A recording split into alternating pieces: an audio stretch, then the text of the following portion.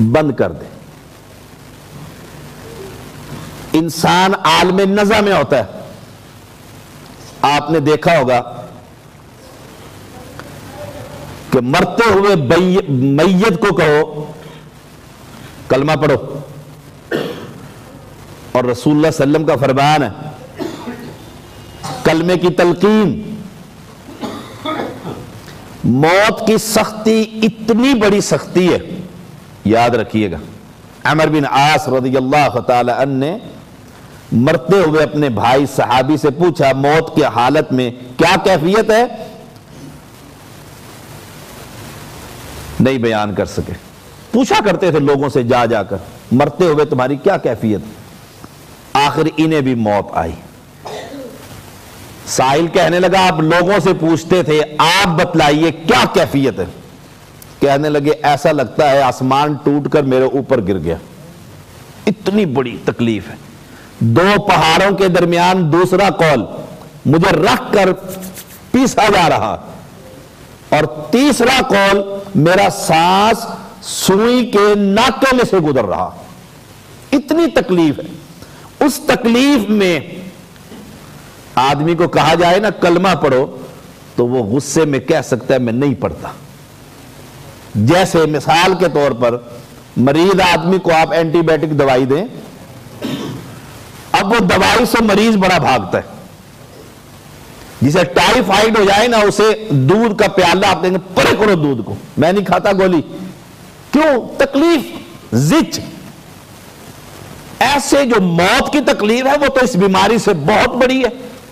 اس وقت اگر اسے یہ کہا جائے کلمہ پڑھو کلمہ پڑھو، اللہ نہ کرے اور وہ یہ کہہ دے میں تو نہیں پڑھتا، اور ادھر روح نکل جائے تو مسلمان فوت ہوگا۔ اس لیے یہ ایک لیکچر سمجھیے، عملی تربیت ہے۔ اس وقت کیا کریں؟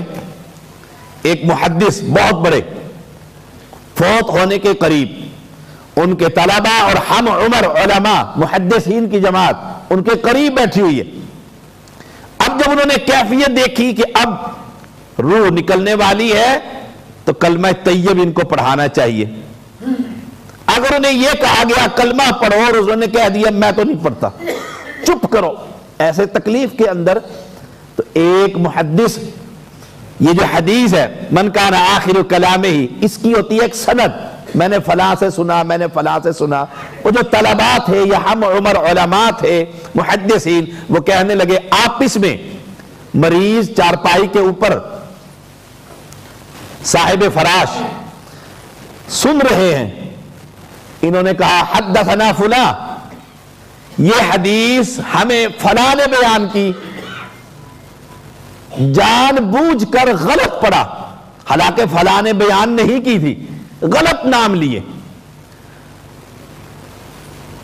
جب یہ ساری پڑھ چکے، اب وہ صاحب فراش عالم دین محدث کیا کہتے ہیں تم نے غلط پڑھا، میں تمہاری اصلاح کر دیتا ہوں۔